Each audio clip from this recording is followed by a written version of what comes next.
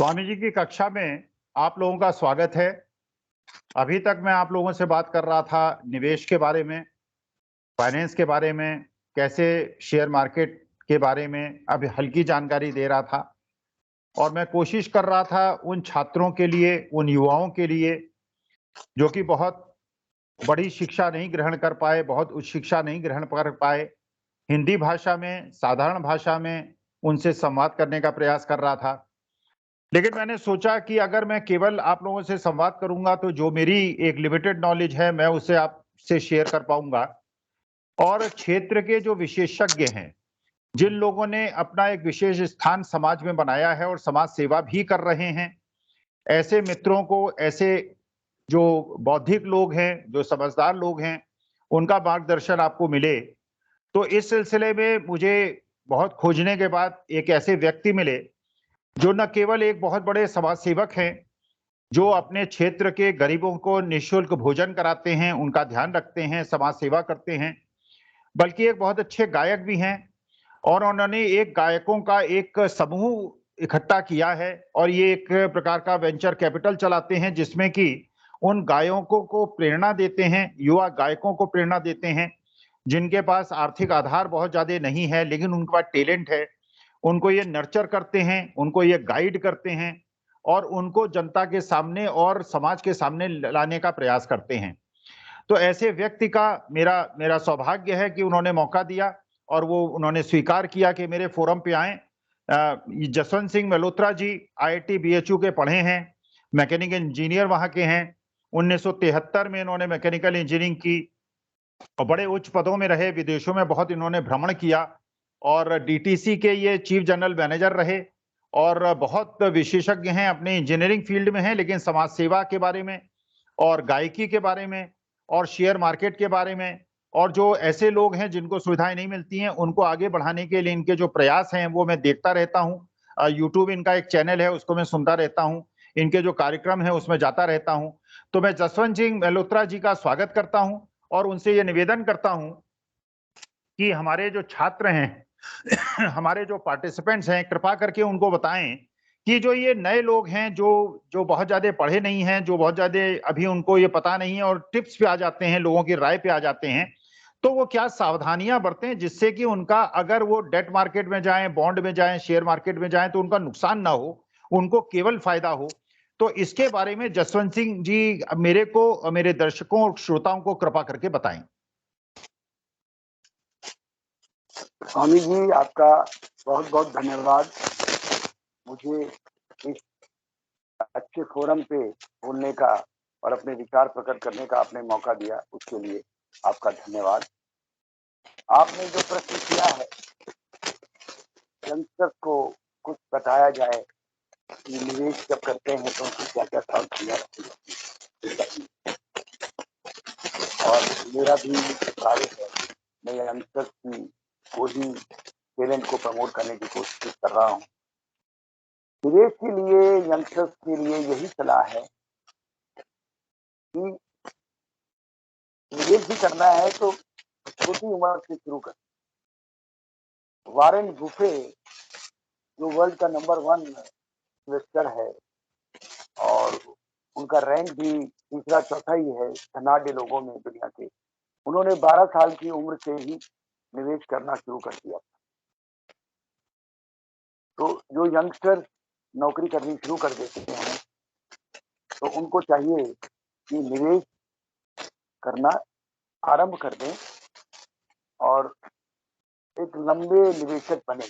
ये नहीं, share market में सबसे पहले कोई भी चीज, एक कहावत है, सहज पकड़ तो मीठा। कंपनी के बारे में स्टडी करें। मुझे लगता है स्वामी जी ने आप लोगों को बताया होगा कि शेयर क्या होते हैं और एफडी क्या होती हैं और बॉन्ड क्या होते हैं, ये सब आपको ज्ञान हो चुका होगा। तो उसमें यही है कि आप निवेश अपनी छोटी उम्र से ही जैसे जॉब शुरू करते हैं, निवेश शुरू करें और कंपनियों के बारे में 2-3 चीजों का बहुत ध्यान रखें। उसकी डिटेल मैं नहीं बताऊंगा। सबसे पहले जो कंपनी को आप इन्वेस्ट करने जा रहे हो उसका डेट इक्विटी रेशियो, इक्विटी कितनी है, 100 करोड़ इक्विटी है, पता लगा डेट उसका 1000 करोड़, तो ऐसी कंपनी में इन्वेस्टमेंट ई रेशियो होता है current price of the share और earning per share. Earning per share क्या होता है? अर्निंग पर शेयर हम निकालते हैं net profit of that year divided by कितने की इक्विटी है, वो अर्निंग पर शेयर होता है। तो पी रेशियो हरदम कम होना चाहिए। आज की डेट में कई का पी रेशियो 200 है। अरे हम जो एक्सपर्ट कहते हैं कि वो कंपनी पैदा हो जाएगी, हमें अगले क्षण का भरोसा नहीं है कंपनी क्या हो जाएगी। आज तक हुई है हमारे पास, तो आपको क्या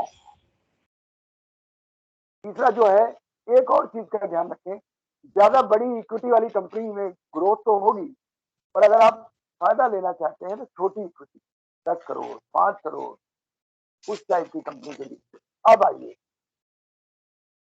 शेयर मार्केट में आपके जो वैश्विक उतार चढ़ाव होते हैं उनसे भी, क्योंकि शेयर मार्केट सेंटीमेंट पे चलती है, फंडामेंटल से भी चलती है, और इसमें सेंटीमेंट बहुत काम करते हैं। कि पता लगा कि भारत की महंगाई दर बढ़ गई, महंगाई दर बढ़ी तो इंटरेस्ट रेट बढ़ेंगे। अब मैं आपको बताऊं कि आज ही यूएस फेड की मीटिंग हो रही है इंटरेस्ट रेट के ऊपर, तो यदि इंटरेस्ट रेट उन्होंने बढ़ा दिए तो मार्केट जो है तरक्या डाउन है, और इंटरेस्ट रेट अगर वो नहीं बढ़ाते और रेट थोड़ी सी कट करते हैं तो मार्केट बहुत तेज हो जाएगी। मैं तो हम लोग तो मैं इस चीज को 1981 से देख रहा हूँ, तो यही पाया है कि शेयर मार्केट को एक डिसिप्लिन तरीके से आप इसमें काम करें। इवन आपके बॉन्ड हैं, म्यूचुअल फंड हैं, उनको योजनाबद्ध तरीके से इन्वेस्टमेंट करें। ये नहीं कि ये आज मुझे, क्योंकि ये पक्का है जो चीज तेजी से बढ़ती है वो तेजी से नीचे उतरती है। इसलिए आप सहज पके तो मीठा जो ये मुहावरा है इसको चरितार्थ करेंगे तो इन्वेस्टमेंट में आपको मदद। धन्यवाद। देखिए जसवंत सिंह जी, एक चीज और बताइए कि जैसे लोग कहते हैं, बहुत सारे लोग ये कहते हैं कि शेयर मार्केट जुआ है और इसमें प्रवेश नहीं करना चाहिए, इसमें निवेश नहीं करना चाहिए, तो ये कहां तक आप सहमत हैं, कहां तक आप मानते हैं कि शेयर मार्केट जुआ है या एक साइंस है? और अगर आप सेंटिमेंट्स का अध्ययन ठीक तरह से करें और आप ये अध्ययन करें,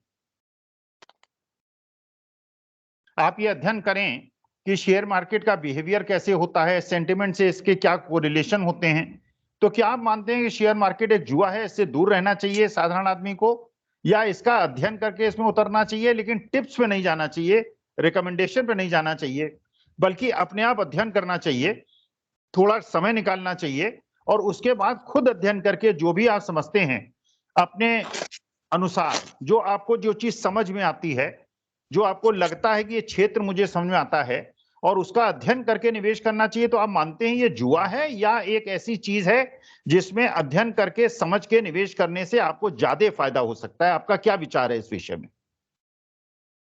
जुआ तो ये कतई नहीं है। जिस मार्केट पे पूरी कंट्री की, पूरी विश्व की इकोनॉमी आधारित है तो वो जुए पे तो आधारित नहीं हो सकती।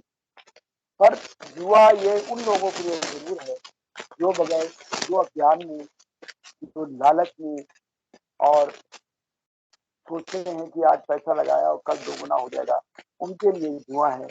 पर यदि शेयर मार्केट को या इन्वेस्टमेंट को आप स्टडी करके किसी अच्छे जो सलाहकार होते हैं इन्वेस्टमेंट के, उनकी सलाह लेके भी नहीं चलना चाहिए, एग्जाम्पल देखने चाहिए कि ऐसे में क्या हुआ था। उसके बाद अपना मन बनाए, आपका दिल माने, तो एक योजनाबद्ध तरीके से ही आपको इन्वेस्टमेंट करना, ये नहीं। अच्छा, उसके बाद खबरों पे नजर रखनी, बड़े अच्छे अच्छे चैनल हैं, मनी कंट्रोल है, कई बहुत अच्छी अच्छी आपकी साइट्स हैं जिन पे आपको सब कंपनियों के नतीजे मिलेंगे, सब कंपनियों के बारे में आपको मिलेगा, उनको स्टडी करें। और जब आपका मन माने तब आप उस पर इन्वेस्टमेंट करें। परंतु ये जरूर है कि जो आपको टीवी चैनल पे दिखाते हैं कि ये जी आज ये होगा वो ज्यादातर वो अपना माल बेचने के लिए आपको प्रलोभन देते हैं, और बाद में आदमी जो बेचारा नया निवेशक है वो सिर पीटता रह जाता है। तो आपका मन जब बने तभी खरीदें। और तीन चीजें, डेट इक्विटी रेशियो देखिए, पी रेशियो देखिए। इक्विटी अच्छी कंपनी है तो बार बार वो शेयरों को 10 रुपए वाले को 5 रुपए में, 5 रुपए वाले को 2 रुपए में, 2 रुपए वाले को लिक्विडिटी बढ़ाते हैं शेयरों की। पर वो ये भी साथ साथ करते हैं कि वो प्रलोभन फैला के उनका रेट बढ़ा देते हैं, जब गिरता तो हाथ में नहीं आता। तो यही मेरी सलाह है यंगस्टर्स को, जो नौजवान लोग हैं। और एक और बड़ा भारी फार्मूला है, शायद स्वामी जी ने आपको बताया होगा, कि आप निवेश कितना करें अपनी आमदनी का।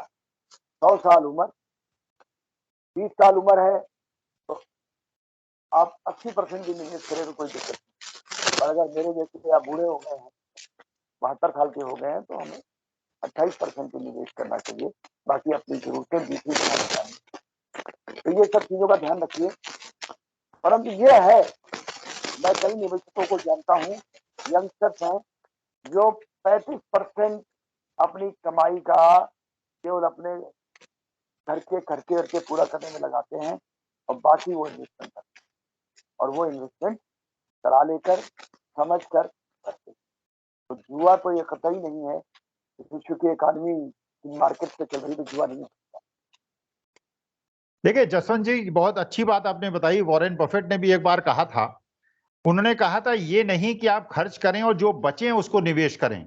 उन्होंने कहा था कि निवेश करें, 30% तो कम से कम अपनी आमदनी का निवेश करें, और उसके बाद जो बचे उसे खर्चा करें। मतलब उनका कहना यह है कि पहली आपकी प्राथमिकता निवेश करने पे होनी चाहिए, बचत को बढ़ाने पे होनी चाहिए, उसको निवेशित करने पे होनी चाहिए, और लॉन्ग टर्म के लिए होनी चाहिए, बहुत लंबे समय तक होनी चाहिए। और एक बात आपने बहुत अच्छी बताई कि किसी की राय पे मत जाइए।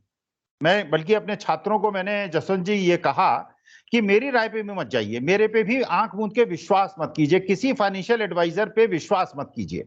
आपका काम है, हमारा काम यह है, जो हम एक प्रकार, जैसे आप एक समाज सेवा कर रहे हैं, तो मेरी समाज सेवा का रूप यह है कि मैं ये बताऊं युवाओं को कि किसी के राय पे मत जाइए, स्व अध्याय कीजिए। पैसे ऐसे ही नहीं कमाए जा सकते, किसी दूसरे की राय पे नहीं कमाए जा सकते। आप जो अध्ययन करेंगे, जो आप तपस्या करेंगे, जो आप मेहनत करेंगे, शेयर्स के बारे में, कंपनीज के बारे में, सारी चीजों का ध्यान रखेंगे, और उसके बाद जब आप सोच समझ के निवेश करेंगे और किसी की आंख मूंद के राय पे निवेश करके नुकसान नहीं उठाएंगे, तो आपको हमेशा फायदा होगा। तो पहली एक गांठ तो छात्रों को बांध लेनी चाहिए, जैसा आपने कहा कि अपने आप सेल्फ स्टडी कीजिए। जो चीज आपको न समझ में आए वो हमसे पूछिए, जो मुझे नहीं समझ में आएगी वो मैं जसवंत जी जैसे जो विशेषज्ञ हैं उनसे समझूंगा। लेकिन पढ़िए, सुनिए, समझिए, विश्लेषण करिए, जो नहीं पूछे आपको समझ में आए वो पूछिए। और हमारा ध्येय, मेरा और जसवंत जी जैसे जो हम लोग वृद्ध हो गए हैं, अपनी उम्र हमने पास कर ली है, जो समाज ने हमको दिया है, हम चाहते हैं समाज को वापस करें। तो मेरी राय और हमारी किसी की राय आप न माने, खुद पढ़ें, जो न समझ आए हमसे पूछें। हम आपको विशेषज्ञ बनाना चाहते हैं, हम आपको जानकार बनाना चाहते हैं, जिससे कि आपका पैसा न डूबे, आपको कोई नुकसान न हो।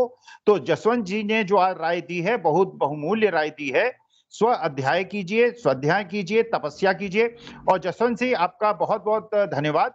और फिर हम आपको एक बात छोटी सी और बोलूंगा। वॉरेन बफेट की बहुत अच्छी बात है, वो कहता है जब आप निवेश कर रहे हैं किसी कंपनी में, पढ़ लीजिए, समझ लीजिए कंपनी के बारे में, और उसको निवेश करते टाइम अपने दिमाग ऐसा रखिए कि मैं इस कंपनी का मालिक हूँ, एक हिस्सेदार हूँ। तो मालिक की सोच रखिए, और जब आपने निवेश किया है, सोच समझ के किया है, पढ़ लिख के किया है, तो उसके बाहर मत। चलिए, बहुत बहुत धन्यवाद, बहुत बहुत आभार। और फिर हमें अवसर मिलेगा, फिर आपको तकलीफ देंगे। और आपने हमारे साथ आए, हमारे साथ बैठे, हमारे छात्रों से आपने मुखातिब हुए, उनको बताया, तो आपका बहुत बहुत धन्यवाद। और जो छात्र देख रहे हैं या देखेंगे, उनका भी बहुत बहुत धन्यवाद। हमारे को सराहना करने का, प्रश्न पूछिए, जिससे कि हम जो आपके प्रश्न हैं उनका जवाब दें। और आपको जसवंत जी बहुत बहुत धन्यवाद, और आपका बहुत बहुत आभार। आपका बहुत बहुत शुक्रिया।